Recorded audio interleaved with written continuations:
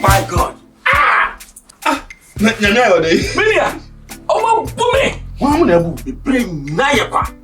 Says I saw Thomas, no, almost at all before.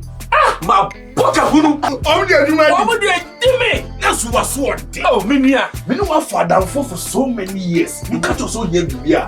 But Mamma, let me deal with you. As I say, Willie. Saladin Company Limited. I want Sassy, I will Ghana have a beer. In Sassy, there were 2 up in Ghana. And on one Sassy, I will Jerusalem, that is a bear Fiena, Sansuma Akatapo, I will Pokwasi, Sans Odumasi near Dodoa, and a Dentra, a Kaswa, assassin litigation free, Lunimasi, and Tokobi anyone. Then get the one crown and say, who could a car? Now they pass us, I'm sure car no one, no one car. Oh, you don't mean it, then some gas in the Major Sassy. Oh, I don't know them. Oh, Milia. Oh, many other parts of my come down, one part of the part of my consultation.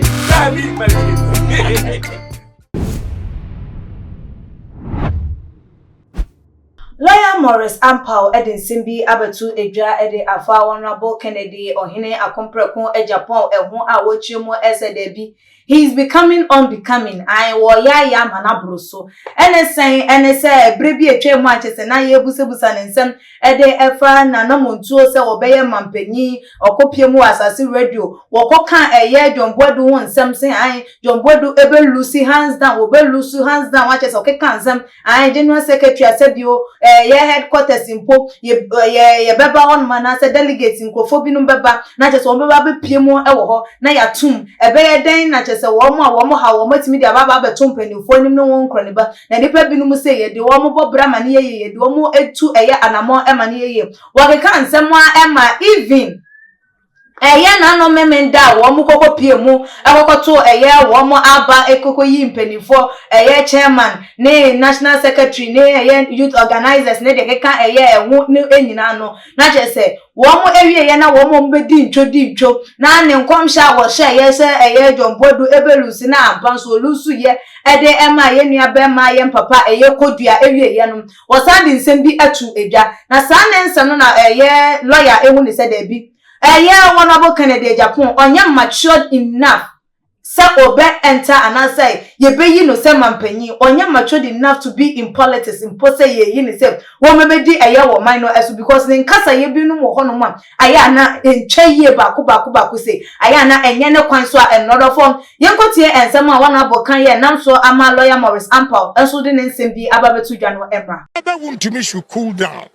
He should cool down. He doesn't own this party. He doesn't at all. He has to cool down. What's informing this? Yes, because the way he was behaving and whipping all chairmen to raise their hands reluctantly. You see, all of them have been embarrassed. If it had been anywhere, all the chairmen will resign. All the chairmen will resign. I mean, look, how can I have learned my lesson that the disunity in the party stems from the fact that leaders of the party we openly support. So this time I said to get unity in the party, I'm not openly going to support anybody. If you are good and the people believe in your work, they'll vote for you. So I stayed away. But for the first time in the history of NPP political party, you see 15 chairmen raising their hands because they've been whipped. They've been disgraced. That is all I can tell you. They should go and sleep and learn sense. That if you're a party chairman, you starve your people underground there, you cannot change their mind. And that is the decision we have taken. Yes, please. You're not order for Honorable Kennedy Akompreko Agyapong nensem no ebia wode etu edwa no eno no okasa ya kan yempo ese yes obi kwakwa pridi brebi na so wo ma wuska sen an ukokoduru wonu ma vote mano na twa efo send na wonsam to ni sika no eso a jiska no na di ento abano emfa ema no woni se da bi sa ne nsensem na wo kekan entwa yie na lawyer Maurice Ampaw so di nsem no etu dwa ewo Wuntumi TV emra no ene ebiemu so apomudin ensem no agwarabomu ensem no ono so yenkotie lawyer Maurice Ampaw ensem no emu enchiremu emfa embraye ba yebeto aso commitment sika say mo bebre ahwe sika nya easy. Apart from that, no, Madaje going to tour all the various constituencies and the police station areas and regions. What do I say? Meeting delegates. And easy, mo sacrifice. And if you so mo do am warm party mo konyane the grassroots and the various constituencies and regional politics mo konyane no because when you talk about parties no koda but through activities no it obi biara okogine bia no or you winner. At least one play a role, one play a part in ensuring say NPP as a party no politics no mo Kenya no. You know, everybody be okojire bia ye to me a winner because party back one contest abeto ho you know obia ekoche na obia ko say can to this about but politics it is a football and you win lose and draw politics there any there and you win or lose I say court politics it's a court you more draw wo okwa others will win and will lose cases so other politics here politics so you more draw politics is about winning and then you lose and all the time no there will be losers but the losers enye nkofobia ense so mu ye ana ya from wotan ana ye hu omo ana ye hu mu say omo ye mabofo ana ye hu mu say omo fata because losers no omo enko compete ya agro nye de and losers no enko compete ya yenya options what they are saying so every loser of every elections be ano playing a role and then kudos to the winners moi mutumi winning here ma form the new executive no in fact my idea because it's not easy to contest elections and win into no your boy boss was say nyame adom animal men na so and delegates for no decided say o metomamo na we win into mo winning ya no mama you ko wo kunde amadi no ana mo amuso uzu nya no so mehyemoden say o hwe the national chairman or call 5 times into no also actually say loser. That's not the end. NPP stays forever. This generation will go and next generation will come. Most remember. Into no lose and you know winning. My idea. That's my third observation. My fourth observation here. The where party behaving now. I think I need to talk about it. How the party is taking these elections and this current election cycle. So may talk about national. That is what I'm now going to look at, and I'm going to zero in because social elections are there are certain positions we are not critical. Other positions no critical, like vice chairman, second, national youth. No. The critical positions national chairman and then the general secretary position. And then after the elections, the issues be up by say addressing in term. Me we Ampaw address some what I say because NPP party me can't remember. Me vote. Me so me come here. Me sympathize them. I just love the party. What I say, hey, but me chama and you see the party na moto no. Monkasa munim say Ampaw. Obi anywhere obetumi handle lawyer in terms of obetchame dey say meka and menka. What I say, chama Wuntumi kura na wama me any tell for 2 hours kwa no. Wuntumi chame dey menka.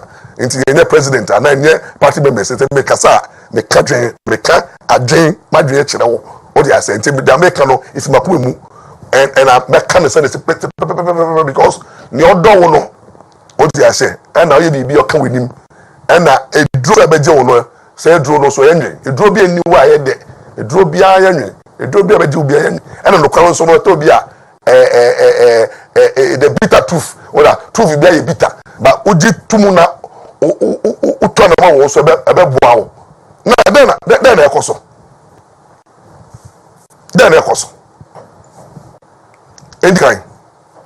What do I say? I mean, looking at the issue of chairman, chairman position no although yeto abano to me no na enye so much a problem because now from the onset mena so ama the chairman now winning mena so because wako about 5 times and I'll show more no more jina you know na do no fiswa some of them first time I'm about to play chairmanship no e be quite new experience until what your chairmanship no was not very something that I say I can't say anymore yet DB because at the end of the day, you know, for the blame na anka ono owa kwenya so betu bakobium no and for some time no na pomudi anko yenti don we do act as secretary and at times chairman it's a fact people know and we say mo chairman no na ho de sort it's only active or they say only active on health grounds papa no active enti no Mr. Yensu a o wini en team o wini ye no enye won enti wo say eno nye issue enti ya bona paso we win wa bre enti de bre mu no mi gidi say o de baba party no be wini it's easy to win the position but it's so easy say ube use win no to win political power. That win any political power. The first ultimate power is to make sure say your party stay in power. When winning that's the beginning. Not just a year lawyer, HLM chairman, Wuntumi, and the only a year chairman of Wetima Bricky, a year the 8. I or no Anquani, the only chairman of Wetima Bricky the 8. One more marketing, no, a 1 time each, and a day Emma one more. Now, say, yeah, man, respect, I am for respect, and for Emma, a year chairman, Wuntumi, now a beermon, so no young support, a year one more, any woman, your ma, one more a day, a year no, now a year one about the Wunisem, the warrior, ama no ayeden abro eye eso na na so amado do na e ka se adebio lawyer Maurice Ampaw adenti na ensem bi e fa chama Wuntumi eho na wasomo ewo esoro na wo ka eye because of say o wanya platform ewo ho no ma wo kasa no enunti en wa be ye akoa ede ama no eno ne Ghana fo ensem bi se wo mu bi so enye eye ensem bi ameka na emum Ghana fo ensem am wo mo e ka e na edi etu eye edwamu ne se da bi e ka me akwa ye se lawyer ya akoa bi e de ama chama Wuntumi because of say okasa ewo na fidie eso say e bia say bi owo ntua airtime anase say enunti na ama na eda ne da no ensem bi fa ye chairman e ho anase obi kan bi fa chairman ho a na waso ewo ensem no wosoro na wo defend ne say be ya wonye de wonja anya sa wo be kan say bia de na ye no kura mpona na ennam say nipa no ye na danfo na ne yonkunti no wakoka ansem no adane no na echire akwakobu e de abonu nti e be ya won hwe ne nsem kan ye ebi de ene bi no muso ka se ampa Honorable Kennedy Agyapong de wo pre papa na nsam de kokotu dwa na ehu hia so wo de sa ense we etu eye edwa upon se nkrofo do metwa hia wono aka ho bi ene eye NPP amanyoko ni sesei wo mani mu gu ase anase entwo ekọ wo mo afa because ono no kasa na egu amanyoko no because enne oba be ka say ade achi no oba be ka say say IMF nsensem baye wo be ka bi tese bibia ebe koso ena so wo pem mampani adwane ntino bibia na no eka bibia na no kenti binu ni se won abo won kana no emfa entum sima ba ku pe empo emfa emom na eya NPP etimi afa ne ntoma pa e de efra na breaking 8 na wo no pese won breaking no etimi abamu e de amana anya sa wo fro se wo sei eye ni wuraban ho nso no nim se ne redie e na wo se no eye ba Ghana fo ebu wonabo eno no orafo wo so wadwentwe fa nsem ne ho no enesen fa ba beto your comment section like your videos na share on all the social media platform no esu media ene ekia sikapa makram Plus Anani. So the best media school in Ghana there, and you too much multimedia college. If we say about equipment apapa, a chair for our quadri ewadisium, any air conditioned room there, about media law, advertising, camera handling, and marketing there. And then location you know Abeka Free Park Junction, fa number na eguase o na wankasa frɛ memo bi anda da o na memo bi nkasa me frama o wankasa frɛ abati bi